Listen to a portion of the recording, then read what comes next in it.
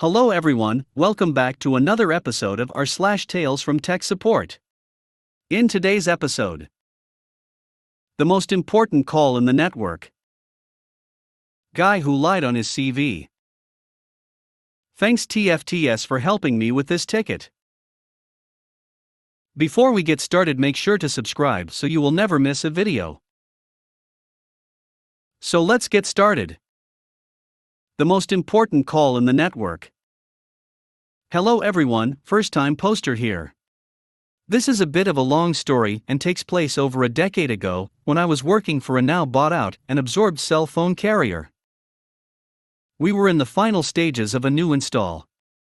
Brand new mobile telephone switch was installed, and 2 major metropolitan cities worth of cell sites were in the process of being constructed and integrated. One important fact is that 3G EVDO was an afterthought. So the voice network for CDMA was not IP-based and used a protocol called BCN, which used what they call traffic ranges, traffic range groups, and ports for routing. Ports were assigned to a physical or logical T1, for example. However, the EVDO cards at the same towers used PPP to an aggregate router at our location. It was inefficient since it required at least 2 T1s to every cell site, even when little to no traffic was being served by either most of the day. So this is why a major telco vendor giant, we will call them Dollar Titan, for their widely known DACS hardware which used that name, approached my company to sell their brand new routers which could do pseudo wires for the proprietary voice T1s, but would not transmit idle frames, allowing us to purchase 1 T1 to a cell site, and with the power of QoS prioritize voice, but still allow EVDO to be installed without fractionalizing a T1. Sounds sweet, right? So to set the scene, this was on a Friday, and we were working 12+ hour days as the launch date when customers could buy service was fast approaching. It was around 8 p.m., and I was working with a field tech to integrate one more cell tower before I could go home. Everything seemed to be going well. We finally got connectivity. I sent the load to the tower hardware, and was waiting for it to finish and to give the tech the okay to go home himself. Before giving the all clear, I wanted to update the firmware on the cards, because they were way out of date and throwing alarms. Unfortunately, the updates failed. When troubleshooting why, I noticed I suddenly had intermittent connectivity to the hardware, so I called my field tech back to troubleshoot. As soon as I called him, the issue cleared. Confused, I told him to hang tight and wanted to troubleshoot some more. After hanging up, the issues started up again. I tested the T1s thoroughly, which were not taking errors, then started to question the Dollar Titan routers. I really wanted a smoke break, so instead of calling him back from my desk phone, I grabbed a test phone cell for our network so I could walk outside. I did not want to use my personal phone's minutes from our competitor. The call originally failed, which was odd, so I retried, and this is when I noticed my subsystem ping cleared up again once it connected. This got me worried. I hung up to troubleshoot some more, and ran subsystem checks on our toy cell, which is just a cell site on our loading dock which covers our office area, and has a similar configuration. It also was having what appeared to be packet loss.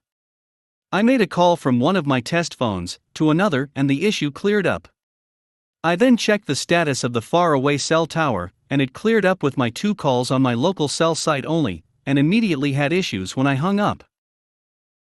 We had a real problem here, but why was it happening now? We had over 100 sites integrated with this configuration. I called my boss and my coworker over, and while they did not believe me at first, they could not refute the evidence. I checked alarms for our cell sites, and sure enough, they were bouncing/flapping in the past couple hours. But why was MY calls so important to the network? It was then I logged into the call server, and noticed with my 2 calls up, it were the only 2 calls this multi-million switch was doing. Remember, we were not a live switch. Normally we had a few dozen contractors working all hours of the day. But this was a dead time. Apparently everyone went home, and this was the first time it was truly idle, and apparently the Dollar Titan hardware was losing sync when it literally had no calls. We opened a ticket with the vendor, as our dedicated on-site techs from the company also drove out of the area to go home for the weekend. The vendor said they would pull logs, but not to expect a response until Monday since we were not a live market. Unfortunately, with the packet loss and the fact we just made the alarming live to the NOC, this meant they would be forced to deal with all our hundreds of towers giving alarms over the weekend every few seconds. Not a good scenario. After talking with my coworker and boss, we decided on the best course of action. I took my 2 test cell phones, plugged them into their chargers, and made a call between them. I then put a post-it note on each of them on my desk, designating them as the most important call in the network. Our $Titan vendor took 4 weeks to come out with a software patch to fix their routers to not drop T1 frames on their pseudo wires. After that, I was finally able to hang up the most important call I ever made. Guy who lied on his CV. We had a guy join our IT team, only 5 of us for a company of about 1,000 around the country. He was meant to be an escalation point for myself and another member, so we didn't have to go so high up for help. Dude was so bad I couldn't believe it. He didn't understand how AD worked or 365 or anything. He's shipping out laptops without power supplies, he's setting up phones without MDM on them, he's creating accounts on the wrong domain. He spent like a day changing the settings on an iPad so it looks pretty and easy for the users, despite our guide telling us to standardize as much as possible to provide easier support. Anyway, this is the funniest one.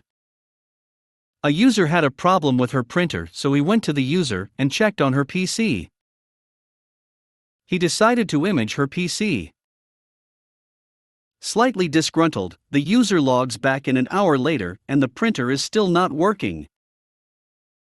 She politely logged a ticket asking for help. He walks over there and tells her she doesn't know what she's talking about and that she is not IT. Escort. He checks the printer, no messages, he checks the PC. Growling. He images the PC again. Walks away and leaves for the day. Leaves a note in the ticket saying that he has imaged the PC and that the user is annoying? WTF? User can't print the next day, at which point he escalates it backwards to me? He is meant to be senior to me by about $15,000. User had just been selecting the wrong printer as our printers are not easy to identify by names. Fixed that.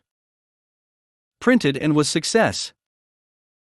She then asked about her Acrobat Pro, which I had to reinstall, reset her account password and login. Some macros for Excel needed to be set up. She spent the rest of the day getting her bookmarks back and getting the PC back to how she liked it.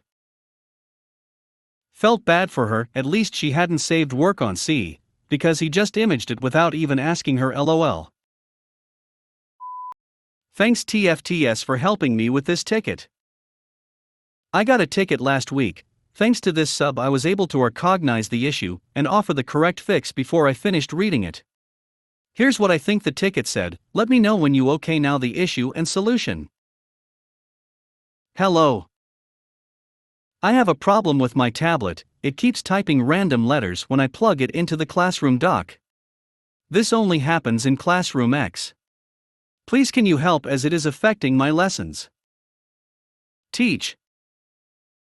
Thanks to countless IT stories of peripherals having things rested on them, I was able to quickly respond, asking the user to check the keyboard connected to the dock and make sure nothing was lying on it, causing a key press.